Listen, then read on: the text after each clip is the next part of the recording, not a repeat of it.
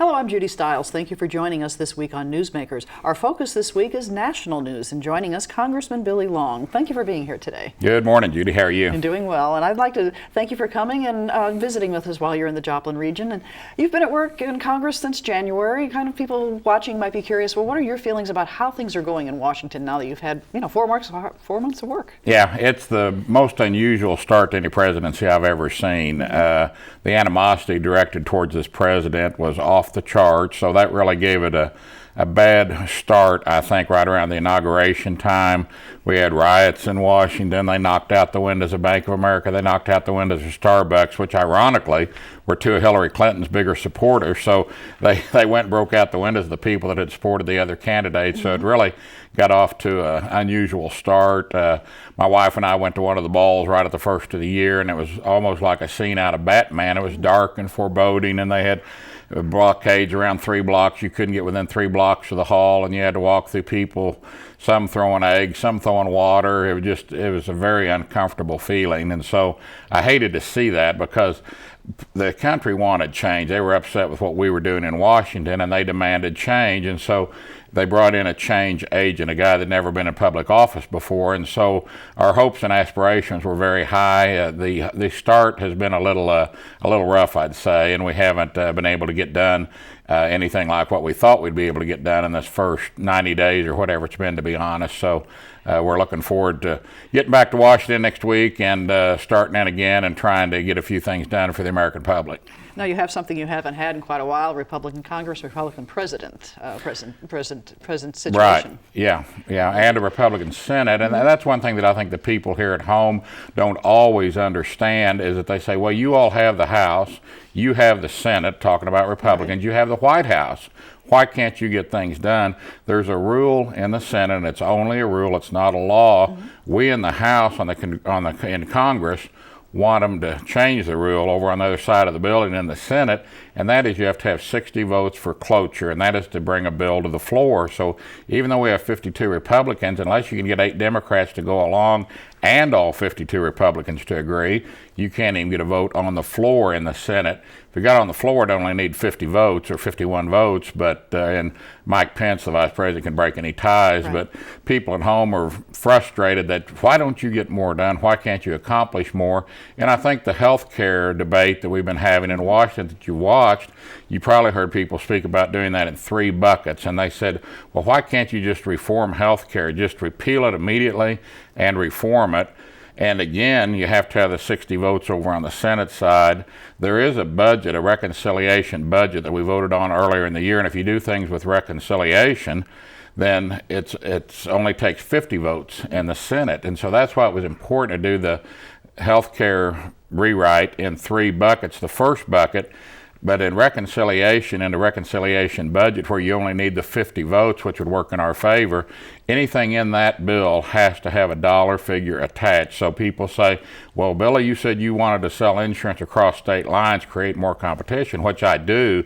That doesn't have a dollar figure attached, so that would have to be handled in the second bucket. And the second bucket was Tom Price, the Secretary of Health and Human Services, has a lot of authority. The way the bill was written by the Democrats, by President Obama, they gave the Health and Human Services Secretary a ton of authority to go in and change regulations and do things. So that was the theory. We'd do the 50 vote part first and then let Tom Price do. And then the third bucket, you'd need to get 60 votes from the Democrats. But for the president, his thinking, and he said it out loud, was that by the time we get that far, the Democrats will want to get on board and help us reform the last part of health care. And so, but you saw we fought on our side of the aisle more than we fought the Democrats, so that's the unfortunate part. We never got that first bucket done yet.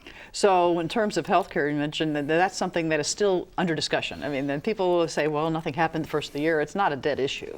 Right, and it's very much an issue today. I just, in your parking lot, I was speaking to someone at the White House and talking about they are really putting a lot of pressure on the Speaker, on Speaker Ryan, on the House. They were even thinking about calling us back this week. They want a vote on health care. I don't necessarily agree with that philosophy because they, frankly, don't have the votes, and they didn't have them the first time. And they acted like they could get there, get the votes, and then they pulled the bill on March 23rd. And I had predicted a week earlier they'd pull it, and everybody thought I was crazy. They said, oh no, they'll get the votes. But I know when you have 40 members on our side of the aisle that keep moving the goalpost on you and won't vote for anything, I didn't see how in the world we get to 218 votes. And so even though the White House today, as we're recording this, want to have a vote this week or next week, I don't see it happening. And if I do, I think it'll be a vote that'll go down. So we've got a lot of work to do on health care yet. So are you hearing a lot of questions from constituents, the voters, saying, well, what are the details that are being changed? Yes, we have a lot of people have been, and I tweeted out the other day, I said there's two reasons that the health care bill was pulled from the floor. Number one, the number one reason was so many people were upset we were repealing Obamacare. Number two, so many people were upset that we were not repealing Obamacare. And that's it. I mean, so many people said, oh, they're repealing it, that won't be good. Others said, you don't go far enough. You're not really repealing it. And that's why we couldn't get the votes on our side of the aisle. So people are very engaged on health care. My Joplin office here, we've had folks come in. We had one group in particular that they emailed us later, and they said, we came in there looking for a fight, ready to fight, but you all were so nice to us that, it disarmed us, and we appreciate, what you did. And, Kim and Jake here in my Joplin office do a fabulous job, and they've both been with me since day one, since I went to Washington. So it would be a big education effort when changes are made, letting people know what these changes are going to be? Sure, yeah. But that's part of the issue of writing the bill. I was on a conference call day before yesterday, and then the chairman of the Energy and Commerce Committee called me yesterday and said, what did you think? And I said, the committee has to be able to understand. We need to understand what those changes are before we can vote on it. And I said, right now we're asking a lot of answers. We're asking a lot of questions that we're not getting answers to. So following through on that, a lot of things to follow up on. I know another topic that we heard a lot about, dealing with taxes and tax reform. And so that's something that we can foresee, in discussion as well. I have a different philosophy than some in the House do about tax reform. They want to do a massive, comprehensive overall tax reform, which in a perfect world, that'd be great. Another thing that people don't always realize at home is that the savings off the health care that we were redoing was going to go into the tax reform. So they tie together. Without having that, then you're not going to have your money there to do tax reform. I think, and today there's an editorial, I believe it's in the Wall Street Journal, might be the Washington Post, but I read it on the way down here, that Larry Kudlow and Stephen Moore and some of the folks are saying, hey, you're not going to do comprehensive tax reform. Start with business tax reform. And I could show you on my phone where I was communicating with the White House last week, and that's exactly what I told them. I said, let's start with the business tax reform and get that done. And then I also think we need to move to infrastructure before we revisit health care, because infrastructure, the roads and bridges are in poor shape in this country. That's something everyone can unite around. We can get the Democrats on board, do things in a bipartisan fashion. So I'd like to see business taxes started first, and then infrastructure, and then in the meantime we can be working on this complicated health care situation. Now, you mentioned business, and I know there was a big emphasis on bringing jobs, the economy. Do you feel that these things are having an effect, or the talk or the discussion even of it's going to help bring more jobs to the country? Exactly. Yeah, there's a company, in fact, we were talking to them that they're bringing a lot of jobs back from overseas, and they want to bring them to Missouri. And frankly, they're talking about bringing them to St. Louis. So I got a hold of some folks here in the 7th District, and I said, these jobs are coming back. They're coming to Missouri. I'm from the 7th District, nothing against the folks in St. Louis, but let's see if we can't work together and get those jobs here in the 7th District of Missouri. And that's always a big push of mine, is to bring jobs into this area. I had the Japanese ambassador here a few months ago, as you know, and I know that the city's talking with a company in Japan about bringing jobs here into Joplin, and we're always trying to foster good relationships so we can get more manufacturing and more jobs created right here, because we have such a good work ethic here, and people get tired of hearing me say this, but it's the truth. People in this area, all they want is a good job and to provide for their families. All the guy that owns a business wants is to be able to provide those good jobs and make a profit. So there is something about the Ozarks that really is different than other parts of the United States. And these companies that come in here, we had one company in particular, Expedia, came in and bought a company in Springfield. They were going to clean it up.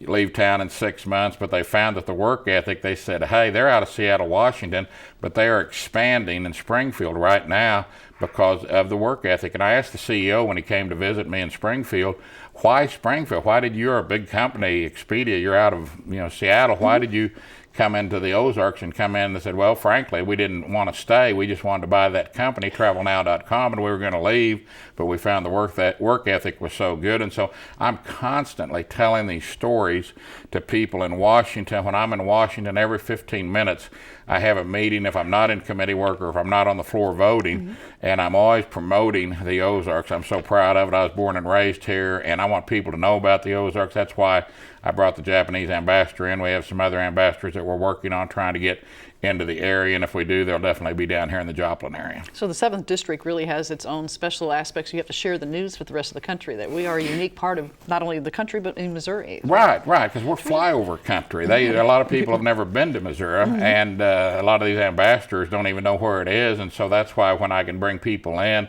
and make them spend 2 full days, and we had the Japanese ambassador here at the school, and at that luncheon, I think there were 18 students from Japan at that luncheon, and they were shocked that the ambassador would come in, and he was shocked that there was 18 students here out of, I think there's 26 enrolled. So those are the type of relationships that you build. And then the Japanese in particular, if you're wanting to do business with them or have them bring companies in here to hire people in the 7th District, they're not going to do it on the first date. They're going to have to know you. They need to meet 2-3 times and kind of build a relationship. They're very, very much into relationships. So. And this other company that I was speaking of, they're bringing back a lot of jobs from overseas. They met at the White House with the president, and like I said, they definitely want to bring them to Missouri. Why they picked Missouri, I'm not quite sure, but I know they've been working with Governor Greitens' office and the folks there to bring them. And like I said, but the talk has been St. Louis, and I'm like, wait a minute. We need to talk about bringing them down here to the 7th District. So really it ties into the global economy that, what you have in this part of the country ties globally into what's happening. And the president's done a lot of things to encourage these big companies to bring these jobs back. But this tax reform we were talking about earlier, like I said, do what you can do. Ronald Reagan always said, I'd rather get 80% of what I want and live to fight another day than I would to go over the cliff with my flag held high, saying I've got to have 100% of the apple or I don't want any of it. And so bringing these jobs back is very important. If we can start with the business tax reform where it makes it a better place for these businesses to do business in this country and invest here and build more buildings, buy more equipment, hire more folks, that's what we're always after. Right. And we hear a lot of emphasis on, buy American, support the companies we do have. We're seeing more of that recently. Right, and with the XL pipeline that the president approved almost immediately, he made that part of his plan. He just thought of it off the top of his head. He said, I want the steel to be made in this country. And I read another article today about making sure that every piece of steel we can buy, we buy in this country first. So supporting America. Well, talking about international, as we're recording this program, there's a lot of news about international tension happening in Korea and Syria and so forth. Imagine that also occupies some time in Washington, just keeping pace with what's happening worldwide. Yeah, people are very nervous about what's going on the foreign front, and President Trump has gotten very high marks on his foreign policy, and I think what you saw in Syria where Assad again crossed that red line that Obama drew, that Obama didn't enforce, President Trump let Assad know, hey, we're going to enforce that. You're not going to be gassing people in your own country, and we're going to put a stop to that. He dropped the Moab bomb the other day in Afghanistan and put them on notice, which also I think put Kim Jong-un on notice in North Korea that, hey, if you really want to act up, we can handle it and we will handle it, instead of just let them keep shooting off rockets and testing and figuring out how to deliver a nuclear warhead to this country. They can already hit Japan, of course, they can already hit Hawaii, and they're going to be able to hit the mainland if they get these rockets, these missiles figured out. And so that's why there's such an urgency. And you've seen that the president's a very smart man. A lot of people say, oh, Trump's not very bright, he's whatever. Very intelligent. And he ran against China. He railed against China on the campaign trail and railed against their monetary policies and things. And then when he met with Xi down in Florida, President Xi, he said, hey, we've got a big issue in North Korea. I told the same thing to Madam Fu Ying a few years ago. I was in China, and we were sitting at a table, and she was telling us how we had too much involvement around the world and how we always wanted to rush in wherever it was, Ukraine or whatever, and why didn't we stay out of the way? So it came my turn to talk, and I said, well, let me talk to you about North Korea. And Kim Jong-un was in at that time. He had just come in not too long before that. And, you know, I said, you've got a real problem in North Korea, and when are you going to do something about it? Because I know they can control the situation. And she said, well, we want you all to help us with that. We don't want to do that by ourselves. And I said, you just told me you didn't want us coming in and helping in places, and now you want this. But that's what the president and President Xi realized when they met down in Florida, was that we're better together, and we've got to handle it. Nobody wants to own North Korea. If something happens and it breaks up or whatever, there's a lot of folks that live there, and nobody wants to own that. And so the president now has backed off of his monetary policy with currency manipulation with China. And like, you know, he said, I need his help. He said that, you know, out loud on the TV or radio, and he said, I need his help on North Korea. He said, you think I'm going to be hammering him on, you know, currency manipulation when we need a partner in that part of the world, because they get most all their energy from the Chinese. And so I think China could be a very good partner in that situation. And that this president, he's a bright guy, he's a smart guy, and he will pivot. He will listen to people. I've been to the White House. There's a group of 8 of us, 8 congressmen, that early on said Trump can win, he will win. Everyone thought we were crazy, and the president appreciates the 8 of us that said that early on. And so he had us over to the White House back in February for a discussion, and so I'm very encouraged with what he will do and who he'll listen to, and a lot of these things, I think he needs to own them. You need to make them his idea, and then they're going to happen probably. So the president is learning as he goes along these first 3 months, yes, 4 months yeah. as well. And that's a very good point, Judy. I'm glad you brought it up, because that's another thing that I've noticed, that I have a problem with what the president's doing, and that is he has no legislative knowledge whatsoever, never been in office, just as I had never been in office when I first got elected, didn't know how the system worked. He doesn't know how the system works. A lot of the people that didn't want Trump to be president, I'm talking about Republicans, that did not want Trump to be president, and they were the Washington insiders, and they'd been there forever, and they were the policy wonks, and they were the same ones that gave us President Dole and President McCain and President Romney. You remember those 3 nominees? presidents? They never got to be president, but these same guys that wanted them and did not want Trump and wouldn't even be seen on the campaign trail with him, you know, he's listening to them now. He has this first 80 or 90 days, and I think that's one reason that we haven't been able to get health care and some of these things done, is because we need the president to lead. And I told his people that this week. I said, we need leadership out of the White House. He's listening to all these insiders on the Republican Party that didn't like him, didn't want him, and he put full faith in them, and they haven't been able to deliver the votes. Mike Pence, vice president, who I served with in Congress, everyone thought that he'd be a rainmaker where he could get things done because he knew all the congressmen. He could work with them. Well, he's had meeting after meeting after meeting, and he didn't sway any votes on health care. So I think that Mike had been gone 4 years as governor of Indiana, been out of the House, and I think that things had changed a little time in that 4 years. So I want to see this president come out and say, here's what we're going to do. Here's how we're going to do it. Mitch McConnell in the Senate got Gorsuch through for the Supreme Court, and he did it by changing the rules. If he would change the rules on cloture for everything, we could get a lot more done. And I think that, you know, I'm in the House. I deal with Republican leadership all the time, but I really think if we're going to get you know, much done or get it done rapidly and keep the government open and not shut the government down, we're going to have to rely more on the president and Mitch McConnell in the Senate to lead us in the House. The House has tried to lead with Trump and kind of at a stalemate. So really, it's that teamwork effort. You have the House, the Senate, and the president all working together. Right. To accomplish things. And you know, and I'm not faulting the president. I'm just saying that he was trying to bend over backwards and, hey, these guys didn't like me. They didn't want me. They were never Trumpers. They'd rather had Hillary Clinton than me, people in the Republican Party. So I'm going to bend over backwards to work with them and prove I'm a nice guy and a good guy and a smart guy. And I'm going to let them tell me how we get these things done: health care, tax reform, infrastructure projects. and he's tried that. He's still there. I mean, he still thinks that he can do that. I like I say in the parking lot when I was talking to him a while ago, I said it's time to move on and let the president lead us and tell us what he wants us to do, as opposed to getting all these brilliant ideas out of the Washington insiders that have been there forever. And I think that we'll be off and running better if we do that. Now, you mentioned infrastructure, and that's something, of course, he emphasized early in the State of the Union. It's been a topic, and even in Missouri, it's a concern what's happening to the highways. So investing in America's roads, bridges, and everything is an important aspect of keeping our country together. You feel that we need to have funding for that. Right, and it's a great jobs program too. All the jobs that'll be created, and good paying jobs to try and get our roads and bridges up to speed in this country, and airports and the waterways, the locks and dams. We have all kinds of problems everywhere you look with infrastructure programs, and we're a rapidly growing country. We need to, and everyone can agree on infrastructure. That's the thing. So if you have 40 people in your own party that won't vote for anything, you're going to need to find some Democrats to work with, say, hey, we need to get these projects done, put people to work, and let people see what it's like for Trump to govern under Trump's rule instead of the House's rule.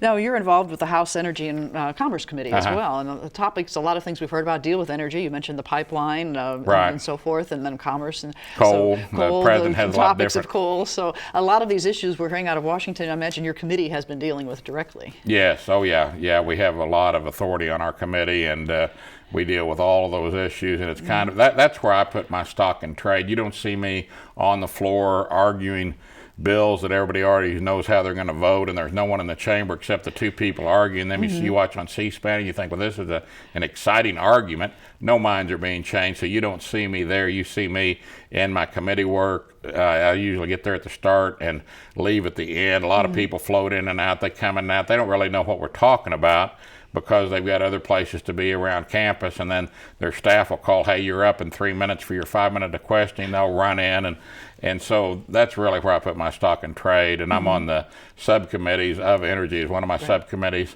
healthcare, and then telecom. So those are three pretty big subcommittees that do have a lot of authority. So we're very busy on the Energy and Commerce Committee. And I know people don't realize all that behind the scenes work that goes on in Washington. You mentioned C-SPAN, and they see what's happening in the chambers, but they don't realize the many committee meetings that you do. So in a typical week in Washington, a majority of your day you may be in those committee chambers having sessions. Exactly, right. And sometimes we'll have two. I don't think I've ever had three.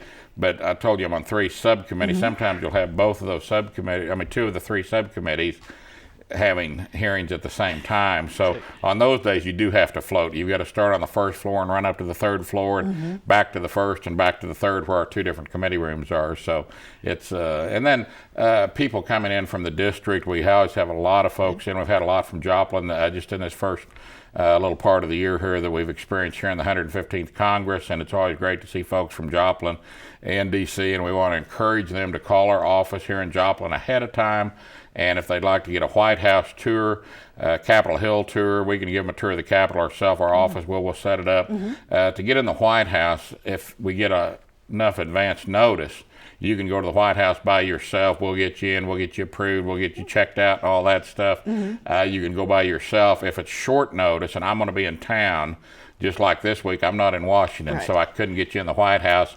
But next week, I noticed on my calendar, the first day I'm back, I'm meeting people at the White House at 8 o'clock in the morning to get them in for a tour. So we'll bend over backwards to help folks from the area when they come out, to make it a very enjoyable experience and do things. I had a 90-some-year-old grandmother the other day from Reed Spring, which is in the district, and she was so excited.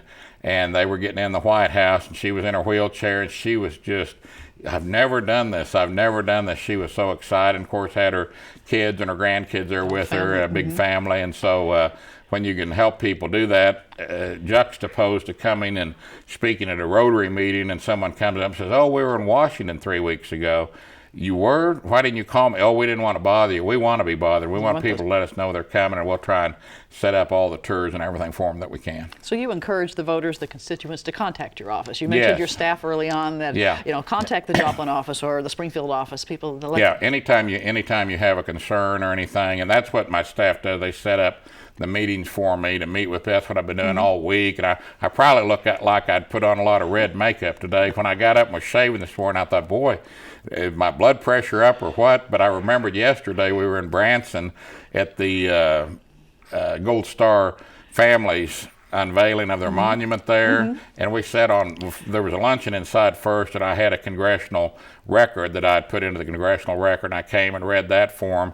But we sat out on the blacktop for 2 hours in that sunshine, so I'm a little sunburned today, but yeah, that was a great ceremony down there yesterday. And there was one gentleman that had received the Congressional Medal of Honor for Iwo Jima. Wow. So guess who gave him his Congressional Medal of Honor? Harry Truman. Wow. So and he got up and spoke yesterday, and he said, at my age, he said, there's a lot of World War II vets that people don't think can stand up. So he said, I speak at a lot of these events around the country, and he said, everyone pays attention because they want to see if I'm going to fall over. But he was great. We had a couple of, unfortunately, a couple of folks that had spent time in the Hanoi Hilton during Vietnam. Sam Johnson from Texas, a congressman that I've served with ever since I've been there. Great gentleman, doesn't have a straight finger on either hand. They tortured and broke every bone in his body several times over. He was in the Hanoi Hilton, and now I understand in North Vietnam they're saying that they're showing where they were held in North Vietnam that they were the Americans were playing basketball. They're showing clips of how nice they were to our prisoners of war, and so yeah, it was a. So it was meeting the people in the district and getting out on these times when you get a chance to come home. You're not sitting at home watching television. You're traveling. You're contacting people. Right. We got home the other night after midnight, 12:30 at night, and we start early and we end late while we're here in the district. So it's good. Normally, Judy, we'll have 3 weeks on, 3 weeks in Washington. But even during those 3 weeks, I'll come home either on Thursday or Friday normally, and then go back on Monday or Tuesday. The weekend in the district. And then, so we'll have 3 weeks in Washington, then 1 week here in the district, which works out great. This year, they decided to kill that week in the middle and go 6 weeks straight. So we put in 6 weeks solid in Washington this year. And then now we've had our Easter break, which we always have, which is a 2-week break around Easter time. So both my daughters were able to make it home. One of them my wife knew was coming. The other one surprised her. I went and picked her up. And I said, I got to go run an errand. And I ran out to the airport and picked her up, came back. I said, well, I've completed my errand. So. That's great. So when you return to Washington, you see May being a very busy time and going into the summer. Yeah, and we've got to worry about keeping the government open. We run out of funding here pretty soon, so we've got to figure out how to get the votes put together for that. And there's a lot of things on appropriations that we have to get done. So we've got a full slate at home and in Washington. So I enjoy the work. I love it. I had a career before I went to Washington, 30-year career, and so this isn't like a lifetime deal for me. It's after my career, I was able to start another aspect where I could, get involved in public service, and I still enjoy getting up in the morning, and it's not drudgery to go to work. I like fighting the battles, and I like trying to bring common sense into the equation. Like I mentioned earlier, that article that's in the paper today, and Washington Post or the Wall Street Journal, whichever it was, it kind of reaching out to the president and say, hey, let's do tax reform, start with business tax reform so we can bring the jobs back to this country. And those type of things I had told them earlier before that article ever came out, so I texted them a while ago and I said, look, this is what I was talking about when I say so. I think a lot of these common sense things can be done and need to be done, and people just need to have their representatives from home, from whatever state they're representing, take those common sense ideas to Washington. And there are too many insiders in Washington, and there's too many people that are set in their ways, and that's exactly why Donald J. Trump was elected president. People were upset with us. They wanted an outsider. They got their outsider, but unfortunately he's tried to placate the insiders a little too much. And like I say, I'm not casting aspersions on the president, but I just wish that he needs to now realize, hey, hadn't worked very good this first 80 days. I need to take charge. I need to get with Mitch McConnell and figure out what we can get done and start and get the House to come along. And I'd like to thank you for joining us this week on Newsmakers. I'm Judy Stiles. We'll see you again next week.